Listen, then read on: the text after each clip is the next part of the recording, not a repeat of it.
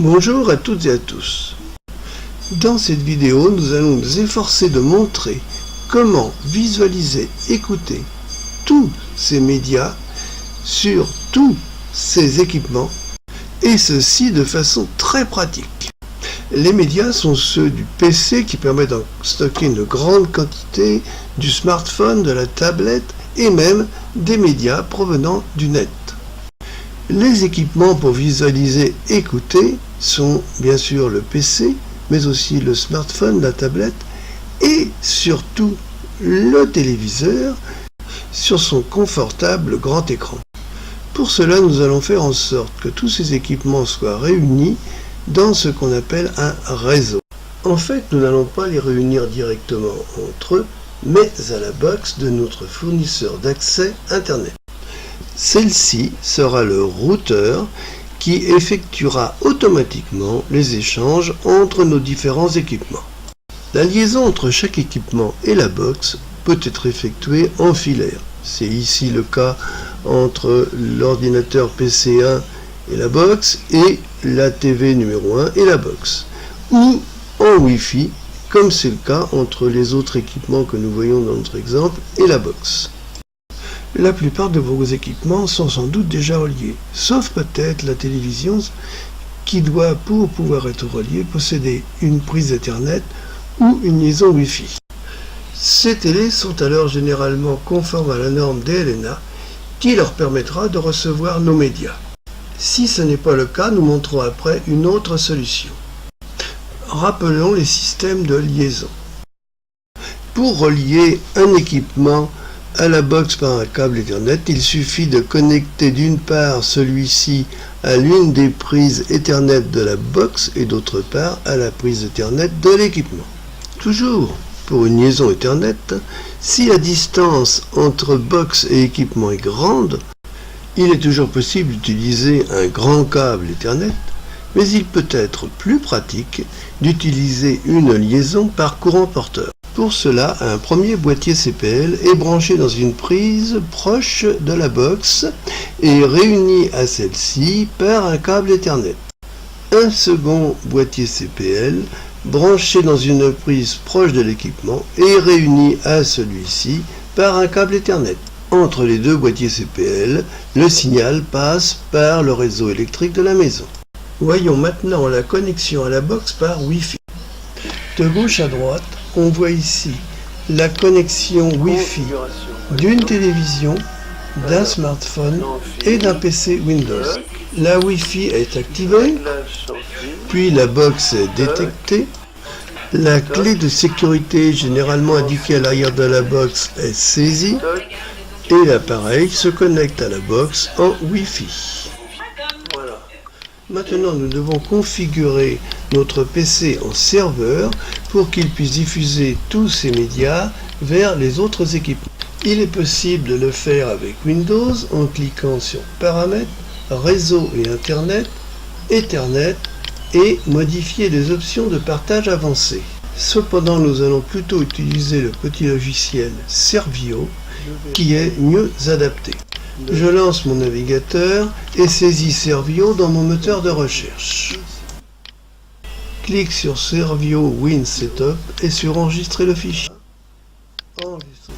Avec Firefox, clique sur l'icône du haut pour voir le téléchargement.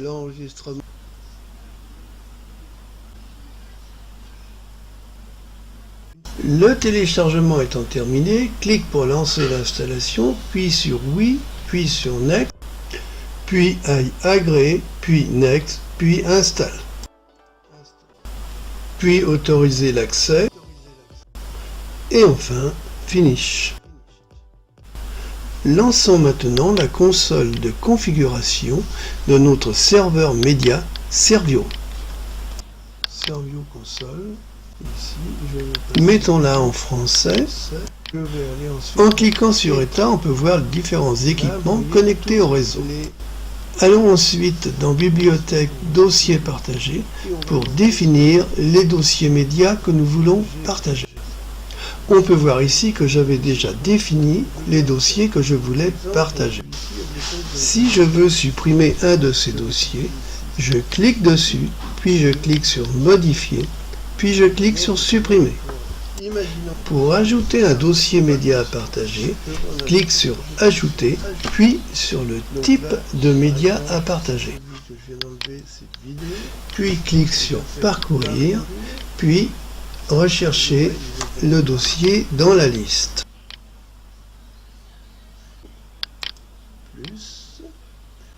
Et il est dans Captiver TV. Clique sur le dossier lorsqu'on l'a trouvé pour le sélectionner. Clique sur OK, puis sur OK. Sur OK ici. Et enfin sur Enregistrer. Ici. Les médias sont maintenant accessibles à tous les équipements reliés à la box de la maison. Pour le vérifier dans ce second PC, cliquons sur l'explorateur de fichiers de Windows. Puis clique sur ce PC. L'icône du serveur Servio apparaît bien. Double-clic dessus et vérifions par exemple si nous pouvons visualiser une image du premier ordinateur. Double-clic sur image, double-clic sur dossier, double-clic sur mes images. Les dossiers et fichiers images apparaissent. Double-clic sur une image pour l'ouvrir. Voilà, l'image stockée sur le disque dur du premier ordinateur apparaît immédiatement. Nous allons maintenant installer sur notre tablette ou notre smartphone une application qui va nous permettre de lire tous nos médias, qu'ils soient sur celui-ci ou celle-ci, ou qu'ils proviennent du serveur Servio de notre PC. Et surtout, constituer une télécommande extrêmement pratique pour les lire sur la télévision. Allons dans Play Store. Demandons ou saisissons DLNA, sélectionnons Bubble Up et installons-le. Ensuite accepter et l'installation va s'effectuer jusqu'au bout sans autre intervention. Voilà, l'installation est terminée, je peux revenir au bureau. Vous pouvez aussi acheter la licence pour éviter les pubs.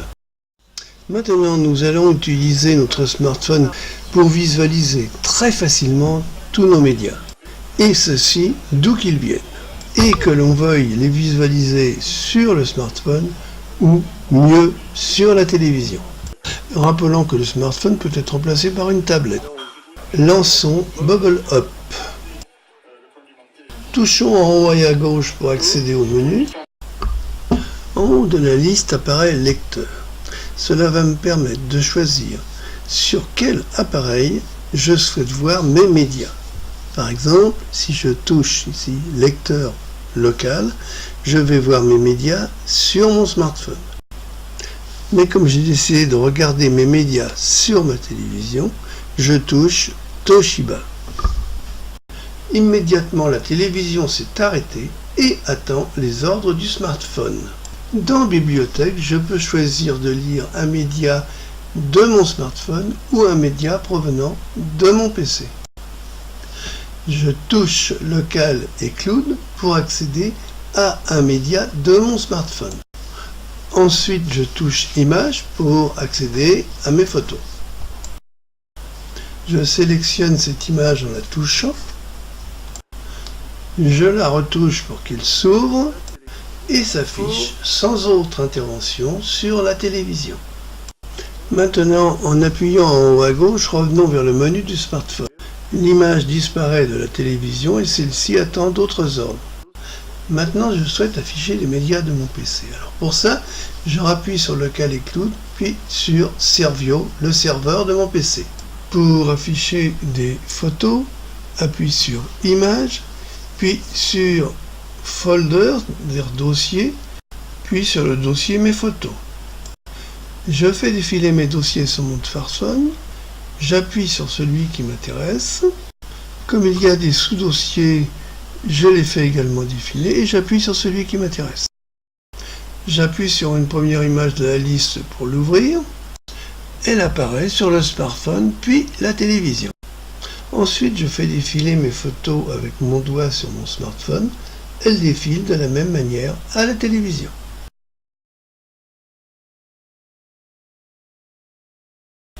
Maintenant, je reviens au menu et je choisis d'appuyer sur Audio.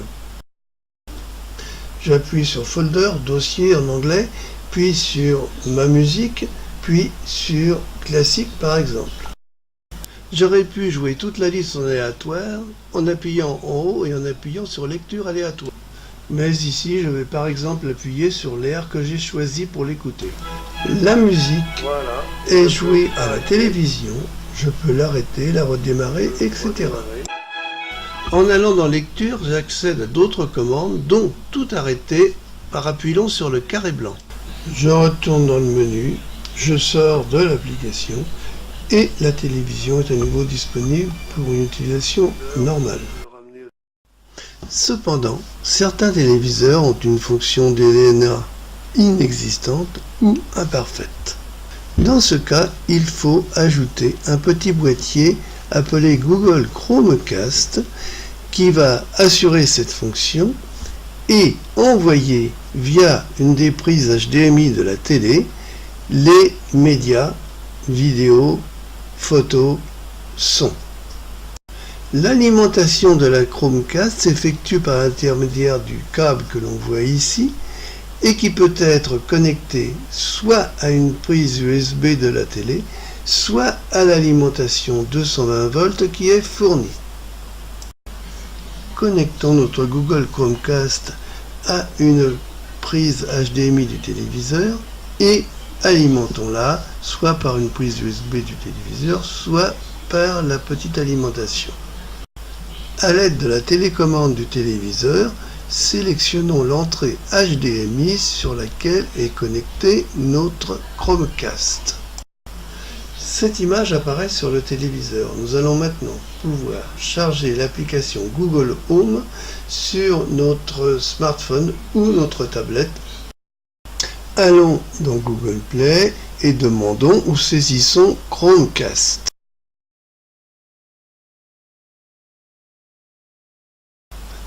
Touchons Installer, puis Accepter. L'installation va s'effectuer automatiquement sans autre intervention. Voilà, c'est terminé, je peux ouvrir Google Home. On clique sur Commencer. Il est proposé de travailler avec le compte Gmail qui est dans le smartphone. On touche OK, puis Autoriser. On touche Oui. Le smartphone se connecte à la Chromecast. On touche Oui, puis l'accepte. Après, on touche l'endroit où se trouve la Chromecast. Ce sera le nom sous lequel elle apparaîtra. Suivant, on utilise la même clé de sécurité que pour connecter le smartphone à la box. Oui. Chromecast est connecté au Wi-Fi de la box. Suivant.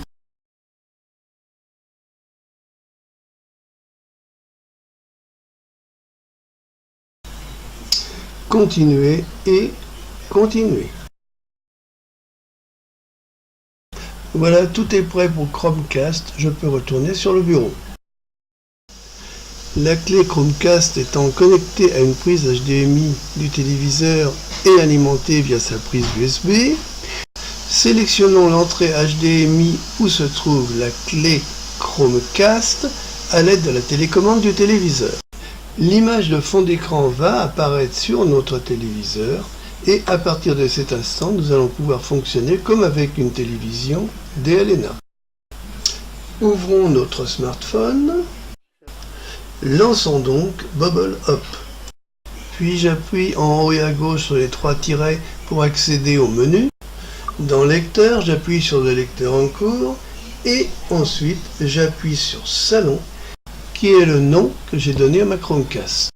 Ensuite, dans cet exemple, je veux lire une vidéo dans la bibliothèque de mon PC. Pour cela, je vais donc sélectionner Servio, puis Média, puis Vidéo, puis Folder, puis le dossier dans lequel est ma vidéo. Puis ma vidéo elle-même. La vidéo qui est enregistrée sur mon PC démarre sur ma télévision. Je touche Lecture pour avoir des commandes supplémentaires. Je peux par exemple mettre en pause, redémarrer,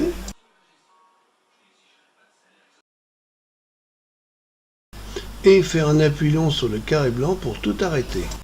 Voilà, retour à l'écran d'accueil de la Chromecast sur la télévision.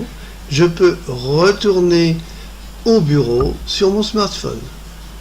Maintenant, voyons comment afficher un média Internet sur notre téléviseur. Par exemple, une vidéo YouTube. Je lance YouTube sur mon smartphone. Je touche la vidéo que je veux voir. Je touche la petite vidéo. Un icône Cast apparaît en haut à droite, je le touche. Puis je touche Salon qui est ma Chromecast. La vidéo est transmise sur l'écran de la télévision. Je retouche l'image de la vidéo sur mon smartphone. L'icône Cast apparaît, je le touche. Je peux maintenant mettre en pause, modifier le son et surtout arrêter la diffusion de la vidéo sur la télévision. L'image de fond de ma Chromecast réapparaît. Je peux repasser sur le bureau de mon smartphone. C'est terminé.